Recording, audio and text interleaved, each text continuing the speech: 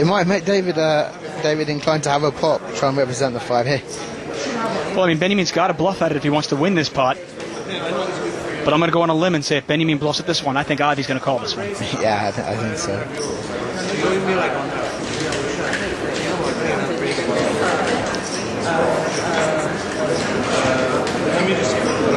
And it's a big bet. It's 20,000.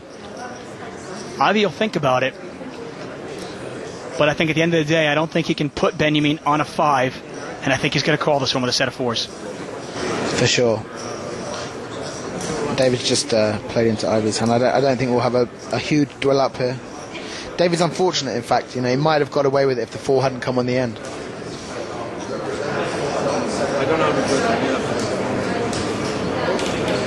And Ivy's going to raise this. And that's a question I was going to have you. Is there any value to raising this pot? Well, I think there might be. Thanks for that insight. No, I mean, I think there might be because, you know, there are little bits of value in this spot where you could get called by a 2-pair or a top pair. It's not just about this particular pot, though. It's about all the history that they have between them as players. Bluff? Oh. I don't bluff. Can I see one? I don't bluff. I don't bluff. I told you that. I had Queen 8, so it was hard, but I would like to see. Queen 8? So why do you want to see the card anyway? Maybe he had 9-10. Nice. Queen 8 of club. Buttons in front of Elzra. 600 to call. And it's 600 to call. Of course, the blinds are $300, $600, ante of 100. 22, 2,200. Total bet to call. And we see a raise to 2,200 from Durr. Fold. He's under the gun there. Fold. Strong play to play a hand like that out of position, isn't it?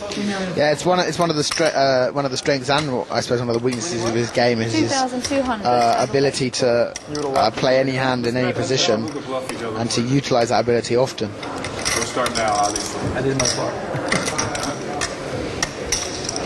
And Elzra there on the button with the gap-suited connector, 8-6 of hearts. It's an interesting hand to play on the button. 8,200 total bet. Folding. And we're going to see this heads up. 8,200 total bet. Actually, Elzra re-raises. Call.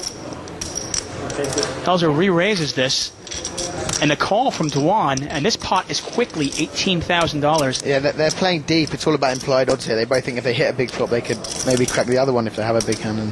Well, it's a pretty big flop for Elzra. Both players open-ended straight draws, but Elzra's got the pair. Yeah, I actually really like this flop for action. I mean, with these two guys, they really could end up getting a lot of money in here.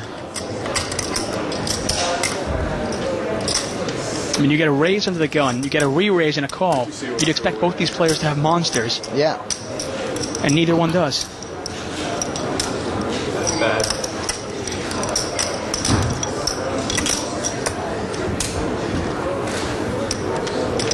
Bet. Now, this is a strong play. He is going to bet right into the razor. 12, 13, 1. No. 12-7. And he bets $13,100. Yeah. Right into Eli Elzra. I expect Eli to raise here. 12-7 to call. He could just take one off, but I think he's going to raise. I mean, he's got a pair. And he's open-ended. If he's behind now, he's got a lot of outs. And he's Eli Lesra. There you go. Which is the key factor. Well, he's way ahead here. We can see the percentages. Obviously, it doesn't add up to 100 because it could be a chop pot if they both hit the straight. Pot is $30,700, $13,000 to call.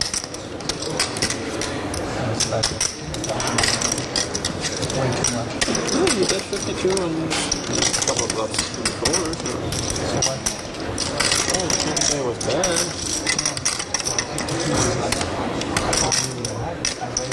And I think we know he's not going to fold. It's just a matter of do you call or do you raise? And he just calls this. 300 chain. And Tom Dwan getting a look at how many chips he has left. 1024.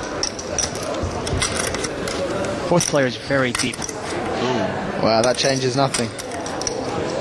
That's pretty much a blank there, deuce of hearts. That could be the action card, believe it or not. That could be the one that means there's a lot of money going in this pot. The pot's at a funny size for Eli's stack. Eli's got, he's still got 100,000 behind. Check. And does Eli take the free card, or does he try to get Dwan off of his hand? Well, he's not going to take the free card. He's going to bet it. 27.4. And he bets $27,400. $27,400 is the bet. Really putting the heat back on the internet phenom.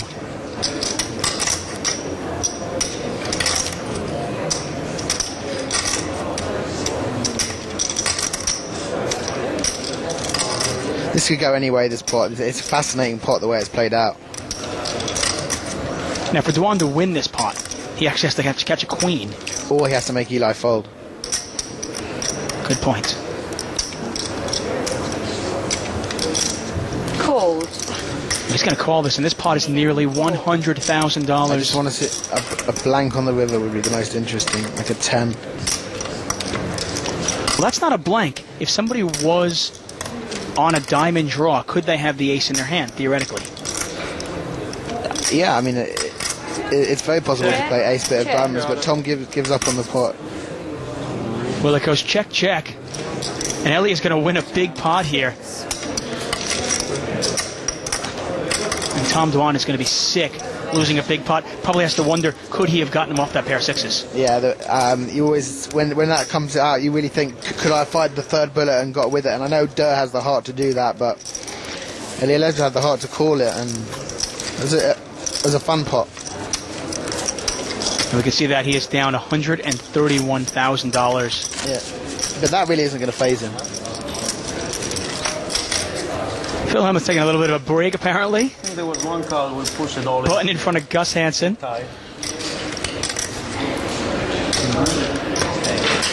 Raise, 3,600 is a bet. Total bet, 3,600. Well, Chris Ferguson doesn't play many hands, but he's going to play that. Fold. Yes, you play a pot. Fold. Last year when he played, I was very... I wasn't quite sure how he would measure up in a cash game against these players, but he did great last year, and he's doing well again today. And Tom Dwan's got a big hand as well.